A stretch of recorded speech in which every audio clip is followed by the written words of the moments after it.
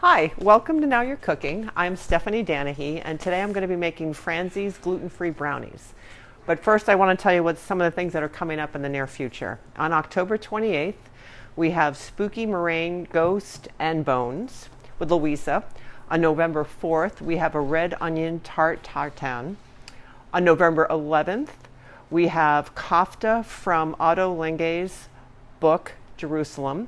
And then early bird days are coming up. And instead of doing just a one-day event, we're going to do 3 days, which is Friday, Saturday, and Sunday on November 5th, 6th, and 7th. It's 20% off, store-wide with some exceptions. Okay, so now today we're going to do Franzi's gluten-free brownies. First, I just want to say that Franzi is an amazing young woman I had the pleasure of working with for 4 years at a shop in Brunswick called Local. And during that time, it's a specialty food shop, and we realized that we needed to offer some more gluten-free options. And Franzi was wonderful and brought in her gluten-free brownie recipe, which we're going to do tonight. So first, what we want to do is over here we have a cup of dark chocolate chips, we have a cup of milk chocolate chips, and we have 6 ounces of butter or a stick and a half of butter. We just want to put it on low heat. You're just looking to melt everything together. You're not looking to simmer anything. So while that's doing that, we're going to come over here to this bowl. We have 5 tablespoons of oat flour. What I usually do is I just grind gluten-free oats in my food processor. And you want it sort of coarse like this. It doesn't need to be a fine powder. We dump that in. We then add 5 tablespoons of cornstarch, which will help to thicken up the batter. A half a cup of cocoa, teaspoon of baking powder, a cup and a half of sugar, and we want to do a pinch of espresso powder,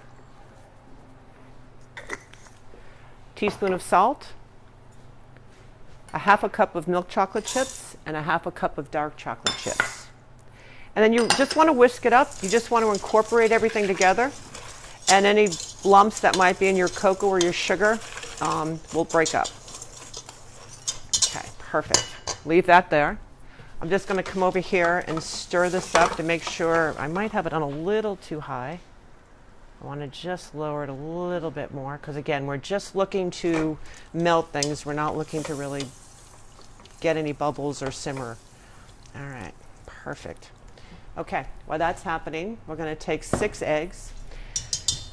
Again, you just want to whisk these just enough to break everything up. You're not looking to incorporate a lot of air. You just want to break them up. And then once that happens, you're going to add a teaspoon of vanilla. Okay. And then again, just whisk that together. All right, set that aside. I'm going to just stir my chocolate and butter again. All right. Perfect. Okay, now we take our pan, 9 by 13 inch pan. You want to put a piece of parchment down. If you don't put parchment down, you're most likely not going to get your brownies out of the pan. I mean, you can spoon them out, but you're not going to be able to pull them out so you can cut them. You then want to spray your parchment paper. So that's there. Put that there. All right.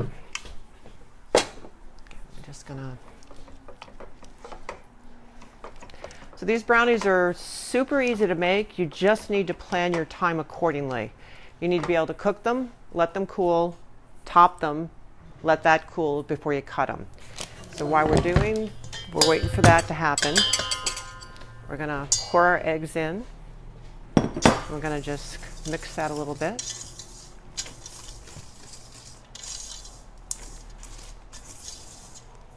Can you explain how, if you know, how flourless cakes and brownies and stuff work? Because since they don't have flour in them? Yes, so the oat flour will add flavor and it'll add some, texture to it as well as some crumbliness to it.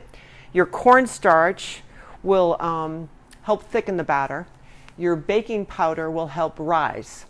So that's why we have those. And I believe in most baking situations you'll use some sort of a flour. You'll always use a baking powder.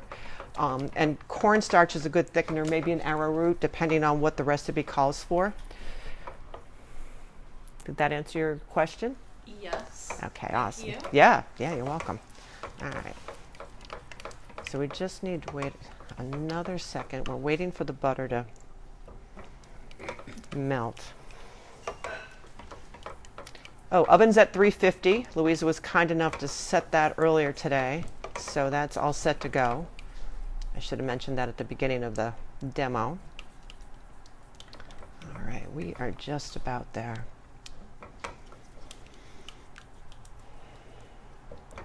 Okay. Perfect. Okay, so now we're just going to come over here. It'll look a little soupier than some brownie mixes, but again, that cornstarch is going to thicken it up for you, so do not worry about that. Just make sure you get all the stuff organized. All right, we pour this batter into our bowl.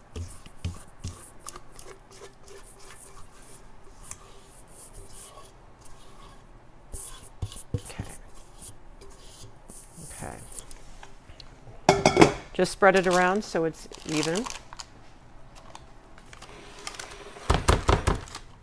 Just take this. Do that. Okay. And then we pop this in the oven. It cooks for about 30 to 45 minutes. You're just looking for it to be a little puffy. You're not going to be able to really do the touch test where it springs back up because it's such a dense brownie. But don't cook it over 45 minutes. If you do, you're going to start to burn it. So 45 minutes is the max for sure. So Louisa kindly made a batch of brownies for us earlier because we need to let them cool before we can add the topping. So this is the finished product. And what we're going to do here is for the topping, it's a ganache. We're going to add a cup of milk chocolate chips, a cup of dark chocolate chips, and then you just want to add enough heavy cream to cover. So you just, a little bit more, just to cover like that. I would say that's covered. We're going to put that there, and now we're going to jump again because of time. While that's melting, we're going to get our finished brownies. So this is the finished product. Again, the parchment paper will come right out. I put it right on the cutting board. I think this is a little bit high again. I just want to lower that just a little. Okay. So one of the things I wanted to show you, if you don't know, is if you have a container of warm water and a knife, you want to stick your knife in the warm water. While that's, I just need to want to let it set for seconds. Take it out, wipe it off so that way you don't have water dripping on your brownies, and then you can cut them. And we cut them like so. And then they're so dense and rich, and I just again wipe my knife, and you can cut them whatever size you want. You can usually get 2 or 3 cuts before you need to dip your knife again. If you don't dip your knife in warm water, that's going to stick to your knife, it's going to gum up, and it's going to be very frustrating. Usually we cut it into another half like that because they're so rich, a couple bites is just more than enough. You can cut them into any size you want, of course. What we want to do is while I'm making the ganache, I just want to let you know that because we have so many different batches of brownies, because we wanted to show you all the steps, that for tomorrow and the next day we'll be having brownie samples for anybody who wants to come in and sample a brownie. While supplies last. Excuse me? While supplies. While supplies last, yes. Okay. So again, with this ganache, you're just looking to melt your cream and your chips together so it's smooth. You don't want to bring it to a simmer or boil or anything. Usually what I do is once it's about there, I shut off the heat because your burner's still warm and it'll continue to heat this. And we're just about there with it being smooth. All right, there we go. All right, so we want it just like that. We don't see any chips. It's nice and smooth. So now we bring it over to the batch of brownies that Louisa made. Just pour it right in the middle. Get everything out of your pan. And then you just want to take your spatula and just spread it around so it's pretty even.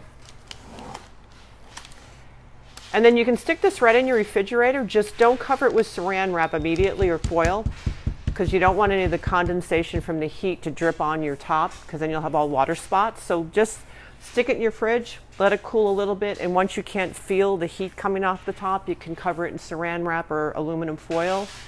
And then once it's chilled, you will have this product and you can cut it and enjoy. Thanks so much for joining us tonight, and we'll talk to you next Thursday. Bye.